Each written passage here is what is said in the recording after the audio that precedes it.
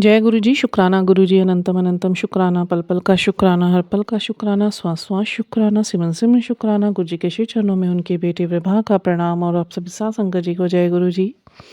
ओम नमः शिवाय, शिव जी सदा सहाय। ओम नमः शिवाय, गुरु जी सदा सहाय। गुरु जी के श्री पवित्र पुनीत चरणों में हम सब लाडलों के लिए कलेक्टिव अरदास। हम लोग सब हंसते रहें, बसते रहें, खुश रहें, निहाल रहे, तंदुरुस्त है, चढ़ती कला विच रहिए और गुरु जी के हुक्मों और आदेशों पर चलने की समर्थता हम गुरु महाराज जी से मांगे। और अरदासों में यही हम गुरु जी को बोलेंगे कि हम किसी काम को करने में भी समर्थ नहीं है।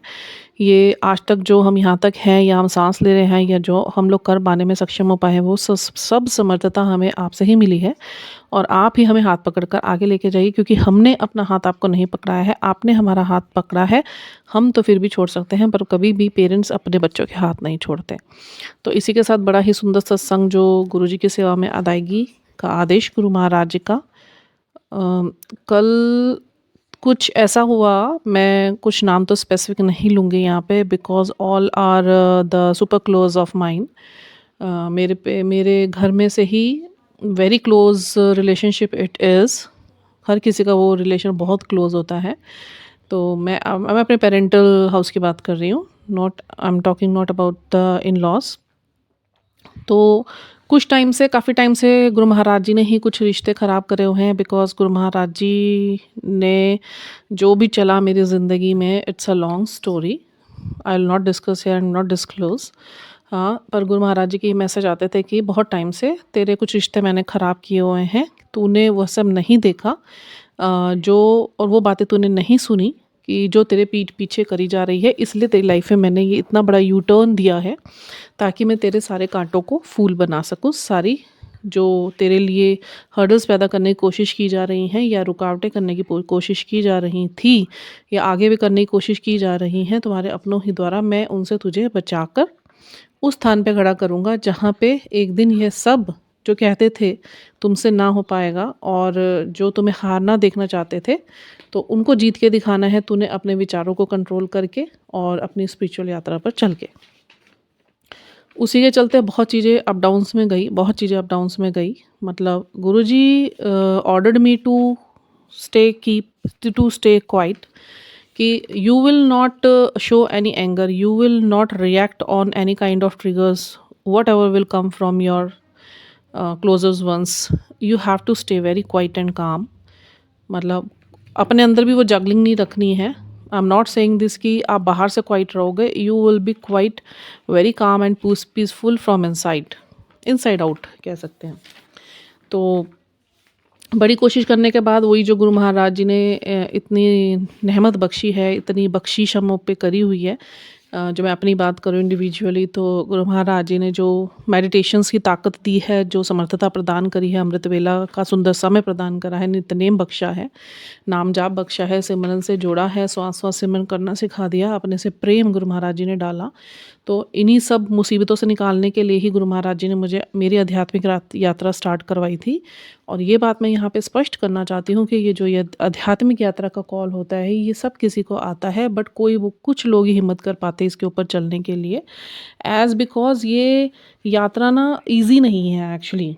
ये यात्रा है अनकॉन्शियसनेस से कॉन्शियसनेस में जाने की, which is not a game और फन। क्या होता है इसमें, you have to go through a deep inner work. आपको अपना ना डीप इनर वर्क करना पड़ता है। इनर वर्क होता है आपके डार्क शेडोज़ को फेस करना, आपके कार्मिक्स को फेस करना, और अपने सारे जो आपके पेनफुल एरियाज होते हैं उनको रिलीज़ करके उन्हीं में ही स्ट्रांग रहना और बैलेंस करना अपना डार्क और वाइट साइड। सबसे बड़ी प्रॉब्लम इसमें जो मैंने महसूस करी है, जो मेरे सेल्फ एक्सपीरियंसेस है, दोज वर द कि जो भी प्रॉब्लम्स आती थी, तो problems are actually we are the problems, कि we are the surgeon and we are the patient, we are the surgeon and we are the patient, right? समझे आप? मतलब हम ही पेशेंट हैं, बिकॉज हम लोग उन सब वॉन्ड्स से गुजर रहे हैं जो कष्ट हम पर हैं, और वी आर द सर्जन जिन्हें वो वॉन्ड्स को खुद ही सर्जरी करनी है और उन वॉन्ड्स को हमने हील करना है। तो एक मैंने छोटा सा एग्जांपल दिया जो मुझे समझ आया इनर वर्क के बारे में। और उसके बाद क्या है कि फिर हमको क्या करना है, we have to reset, we have to restart and we have to refocus. और ये इतना आसान काम नहीं है कि मैंने कह दिया कि रीसेट कर दो, रीस्टार्ट कर दो, रीफोकस कर दो। एक्चुअली ये सब एक बारी में नहीं होगा। ये होगा कि आपको कोशिश करनी पड़ेगी as many times as you need to.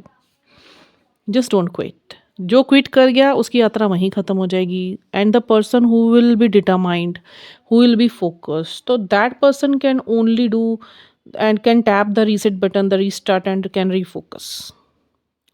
You can't get the result in one or two attempt. You have to do it as many times as you need to. ठीक है। बेसिकली ये होते क्या हैं, हमारे फियर्स होते हैं, हमारे सॉल कॉन्ट्रैक्ट्स होते हैं जो हम ऊपर से करके आए हुए होते हैं।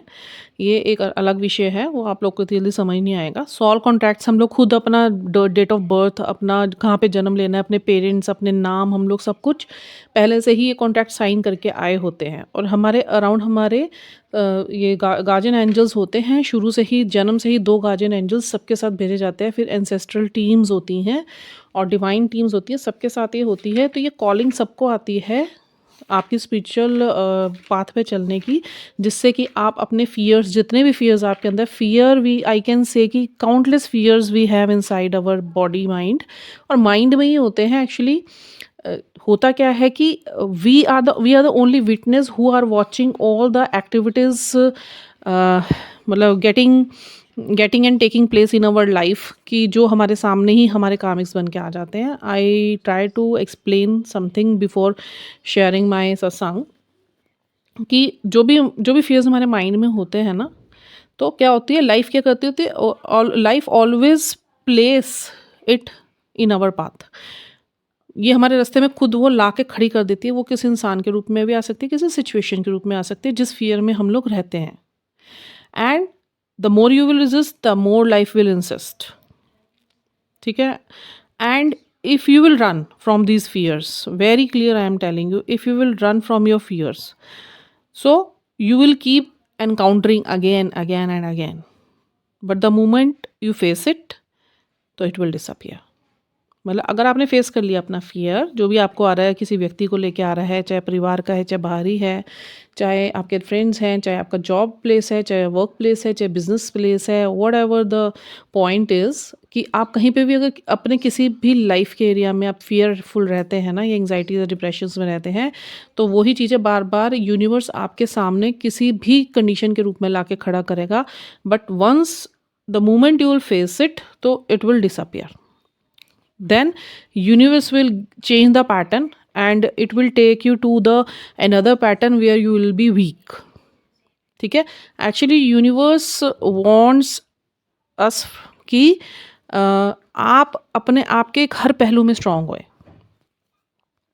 यूनिवर्स wants कि आप जो सोल फॉर्म में हो, आप अपनी बॉडी, अपने माइंड को काम करते हुए देख रहे हैं, तो यूनिवर्स चाहता है कि आप, एक एग्जांपल देती हूँ मैं, जैसे आप पेन से लिख रहे हैं and you are writing from the pen, लिखने का काम पेन कर रहा है, but you are the witness who is watching, right, मतलब पेन को you are watching pen who is writing on the page और notebook, whatever it is. तो बस इतना ही काम है। हम सॉल हैं, सॉल के अंदर ये फियर्स, ये thought process, over thinking, depression, anxieties, ये विकार, ये क्या होते हैं, ये सिर्फ हम लोग इसका विटनेस हैं। कर बॉडी माइंड रहिए, इसी माइंड पे कंट्रोल करने के लिए ही यूनिवर्स हम सबको बाध्य करते हैं कि हम लोगों के सामने ही हमारे जो अंदर के विकार होते हैं ना, उन्हीं वही विकार हमारे माइंड पे हावी होते हैं। और मेडिटेशंस क्या करती हैं, इसी को ही कंट्रोल करने का काम करती है, बैलेंस करने का काम करती है, इसलिए बोला जाता है। तो यूनिवर्स चाहता है कि हम लोग ना अपने एक्चुअल फॉर्म में आएँ, और हम लोग किसी भी मतलब मैं अपने लिए एक चीज़ बोलती हूँ अब यहाँ पे स्टेज पे आके, आई विल नॉट, मतलब मैं किसी चीज़ के लिए ना अब compromise, I will not compromise for the less, I will not settle for the less. मतलब मैंने हमेशा गिविंग नेचर में रही हूँ, now I am in my receiving nature. I have made myself isolated as because this is the very very calmful and peaceful area of mind, peaceful, you can say the zone of mind, not comfortable zone. ये यात्रा ख़त्म नहीं होनी चाहिए। जिसने ये कह दिया ना मैंने सीख लिया है, वो तो उसका वहीं पे अंत हो गया है, उसका सब कुछ खाक है। ये जो सीखने की यात्रा होती है, ये तो एंडलेस है, लिमिटलेस है, इसको तो आप बाइंड भी नहीं कर सकते, इसको आप बाउंड्रीज़ में नहीं बाँध सकते हैं। आपको एक्सपेंशन तो हमारा जैसे देखिए परिवर्तन प्रकृति का नियम है और अंत ही आरंभ होता है। जहाँ हमें लगेगा ना ये चीज़ हमने सीख ली, so you should make your mind कि अब अगली चीज़ हमारे लिए क्या है, तो फिर वो दूसरा लेवल तैयार किया जाता है। वो हमें लेवल अप करते रहती है यूनिवर्स। ठीक है, तो जो मुझे समझ आया वो मुझे इतना समझ आया। अब मैं अपने सत्संग पे आती हूँ, तो कुछ फैमिली की तरफ से ही हो रहा था। तो कल जब मेरी बात हुई तो इट वाज़ अनएक्सपेक्टेड, जो मेरे से बोला गया कि घर के अंदर ही मुझे ये बोल दिया गया without any mistake which I have not done, कभी किसी कॉस्ट पे भी मैंने नहीं किया। तो उस चीज़ के लिए मुझे बोला गया कि we will not come to your home now, मतलब forever we are not going to come, we are not coming to your home and you will not see our faces, something like that. ठीक है, तो it was a very shocking news for me कि my very super close people are saying this to me and with there is no mistake of mine why they people are, but ठीक है। इतनी meditation Guru Maharaj जी ने मुझे करा दी है कि लगाव के घाव बड़े गहरे होते हैं। आज से 1.5 साल 2 साल पहले गुरु जी ने मुझे इस चीज़ के लिए रेडी करना स्टार्ट कर दिया था। तो सबसे पहले तो बेअंत शुक्राने मेरे गुरु महाराज जी के।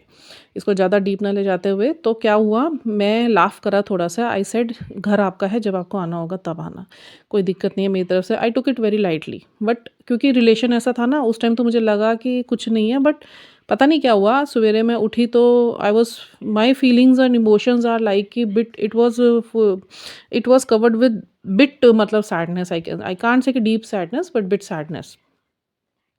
अब मैं अपना बैठी हूँ मेडिटेशंस में, तो गुरु महाराज जी ने संभाला हुआ था, जैसे रोज़ होता है गुरु महाराज जी के साथ। तो बहुत सुंदर गुरु महाराज जी के साथ वो समय निकलता है। उस टाइम तो मुझे कुछ नहीं याद रहता, मैं दुनिया की रहती ही नहीं हूँ। वो बड़ा एक सुंदर समय होता है, पीस ऑफ टाइम की। उस टाइम पे आप वर्ड से बिल्कुल कटे हुए होते हैं, अपने रिलेशन से कटे हुए होते हैं, अपने दुखों सुखों से ऊपर होते हैं। उस टाइम का समय ही इतना प्यारा होता है कि आप सिर्फ ईश्वर के साथ होते हैं। उसके बाद फिर जब सब लोग जाग जाते हैं ना 7 बजे के बाद, फिर वही वर्डली चीज़ें अराउंड आपके घूमनी शुरू हो जाती है, शोर-शराबा, चैं-पैं, ट्रैफ़िक, बच्चे, स्कूल, खाना, घर, बस फिर यही सब चलता रहता है। उस दौरान में फिर जो आपके कार्मिक्स होते हैं, तो उसी पे ही आपको बैलेंस करना होता है। अब मैं बैलेंस तो कर रही हूँ, one of my known maid call to me and she discussed we S S O. I said, मैंने उसको भी मोटिवेट करा कि देखिए, जो भी है ना, we have to show respect to our elders. if I understand ki and I accept it ki right now they are not doing good with us because they are under the, मतलब we can say the, जो lies का एक cover होता है ना, झूठ का, उसके ऊपर जो उनको भड़काया गया ना, उस चीज़ के अंदर है वो, उस शैल में है। जब वो शैल ब्रेक होगा तो डेफिनेटली हमारा ट्रस्ट हमारे भगवान, हमारे गुरु साहब के ऊपर है, तो वन डे ये सब चीज़ें, हम फैसले ना, हमारे सब हक में ही होंगे, all will be in our favour. तो मैं घर की सदस्य हूँ, वो आउटर सदस्य हैं जो हमारे घर में ऐड ऑन हुए हैं, बट फिर भी वो बड़ी स्वीट हैं और उन्होंने इस चीज़ को एक्सेप्ट किया कि कोई बात नहीं, we all are together, day और day one everything will be sorted. ये चीज़ हुई। अब क्या हुआ, दिल तो भरा रहता है ना, जैसे कुछ रिलेशन होते हैं, आप चाहकर भी उनसे ना दूरी बना के भी एक साइलेंट जो एक एसेंस होता है ना, वो आपका रहता है कनेक्शन सा बीच में। अब मुझे नहीं पता क्या हुआ, तो गुरु महाराज जी के मुझे सवेरे मैसेज आया कि मैं तुझे तितली रूप में दर्शन दूँगा। बहुत दिन से बोल रहे हैं और दे रहे हैं। तो सफ़ेद तितली मेरे इर्द-गिर्द से होकर गई, तो मैं बड़ा गुरु जी का, बस गुरु जी को याद करती रही, गुरु जी को याद करती रही। और उसके बाद क्या हुआ, मैं घर में काम कर रही थी, सिमरन मैंने लगा रखा था अपने स्पीकर पे। मन अंदर से थोड़ा भरा हुआ था, तो एक ना साधु आए, पहले ब्लैक चोले में आए।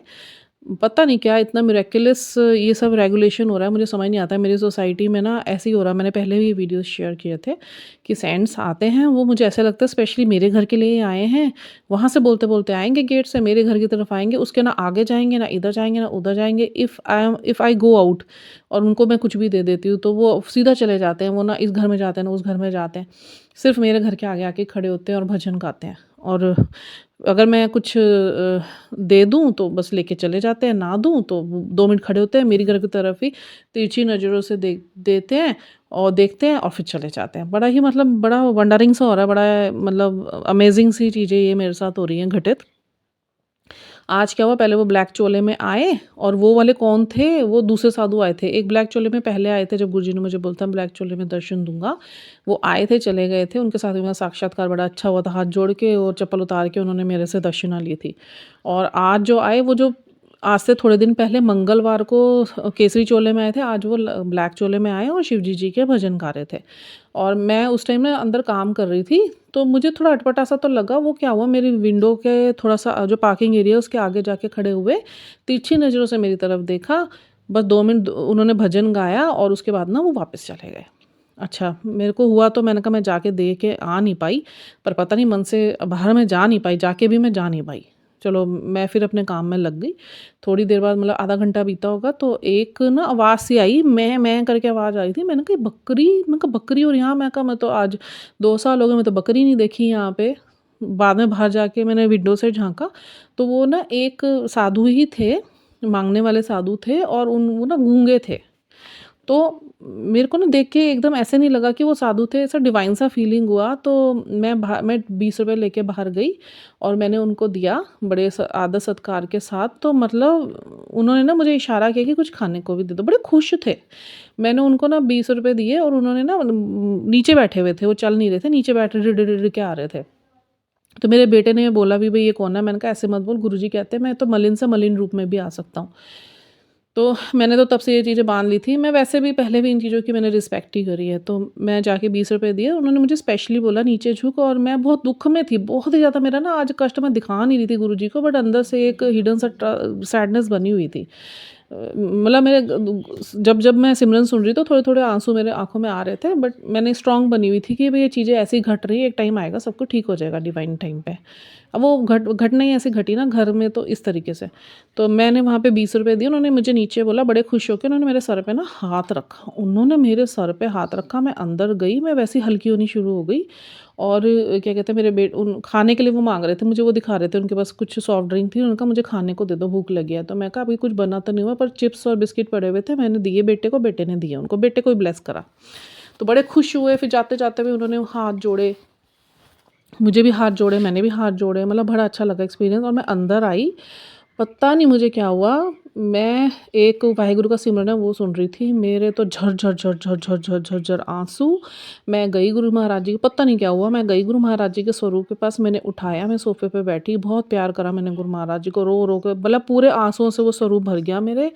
और उसके बाद फिर मैं एकदम शांत, गुरुजी ने कर दिया। मेरे को नहीं पता मैं रोई क्यों? उन्होंने मेरे सर पे हाथ रखा, मैं इतनी ज़ोर-ज़ोर की रोई, मतलब ज़ोर-ज़ोर की नहीं, आँसू ही नहीं बंद हुए, इतने आँसू। और मैं गुरुजी के स्वरूप से लिपट-लिपट के उन्हें प्यार कर के और उनके साथ सिमरन वाहेगुरु, वाहेगुरु सिमरन करते-करते इतना रोई, पूरा जो एक कह लो आज अपने अश्रुओं से मैंने उनके ना जैसे स्वरूप धोते हैं ना, जब चरण धोते हैं, ऐसे मैंने उनका स्वरूप धुला।